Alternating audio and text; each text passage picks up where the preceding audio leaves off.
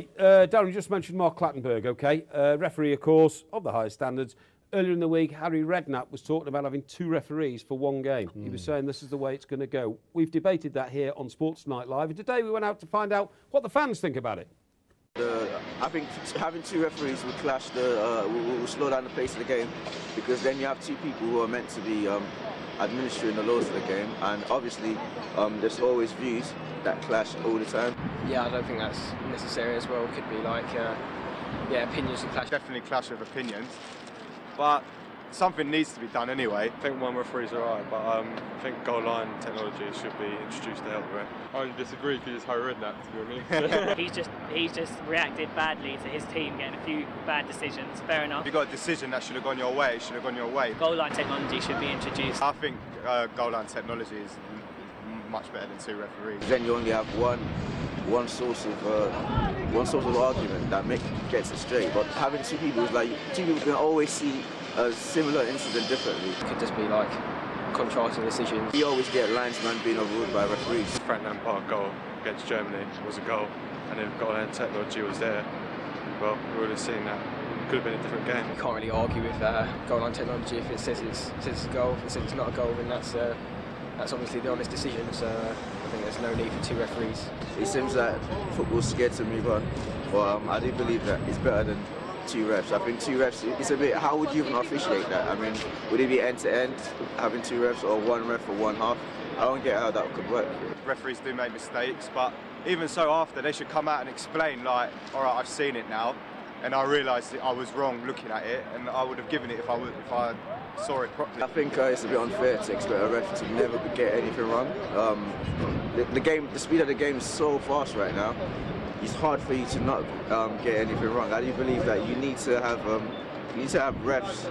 The refs need help. I think that's what I think. I think the refs need help. Players obviously in the heat of the moment, they think the refs like doing them wrong, but it's a bit difficult for a ref because of the speed of the game. Really.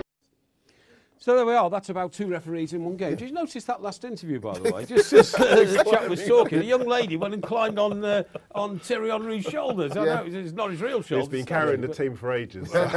he's now carrying the fans. I tell you what, they made some great points there, Mike. Yeah. I totally agreed with everything that they said. Right. Really? And when I saw it about 2 referees, my analogy was, in training, people said, the goalkeeper said, "Well, we'll have 2 goalkeepers in goal." You put 2 goalkeepers in goal, you smash it straight down the middle, and neither one of them would go for it. Neither one of them would make a decision. They'd leave it to the other one. That's a strange training tactic. Because if you put 2 goalkeepers in goal, neither one of them will make a decision. Right. It's the same with having 2 referees in a game. Well, even if they've got half the pitch each. Well, you need one person who's going to make the definitive decision, who's got authority. Yeah. If you've got 2 people there, it dilutes authority and you don't get the right decision. And he's right, when referees make mistakes, it's not about them making mistakes, because football's a game of mistakes. It's about them coming out afterwards saying, look, I got it wrong, I will learn from it, I'll do it right next time, and they'll have a lot more respect. Yeah. I agree with that last point. I think what we do need is for referees to be more accountable. Where I disagree, excuse me, where I also agree with Leroy on if you have 2 referees in a game, 2 referees we've seen over the last week or so, one referee can interpret something very differently to another. Sure. So, for example, we had Mike Dean, who basically ruled that David Luiz hadn't hadn't denied Demba Ba a clear goal scoring opportunity. But then we saw other referee, I think Stuart Atwell, saying that on the halfway line, Gary Cahill had denied Scott Parker a clear scoring opportunity. I was at that game, and I remember Owen Cross saying afterwards, if Scott Parker were the only player on the pitch on the halfway line, he wouldn't have a clear goal-scoring opportunity. Exactly. So I think the idea of 2 refs is a nonsense. Well, why? Because I mean, you see, the reason why I've got some sympathy for it is not about more control by referees, but I think it's widely accepted now in referee circles. You may know more about this than I do. That Howard Webb is the only official now fit enough to be able to keep up with the pace of the game these days. I want to take this.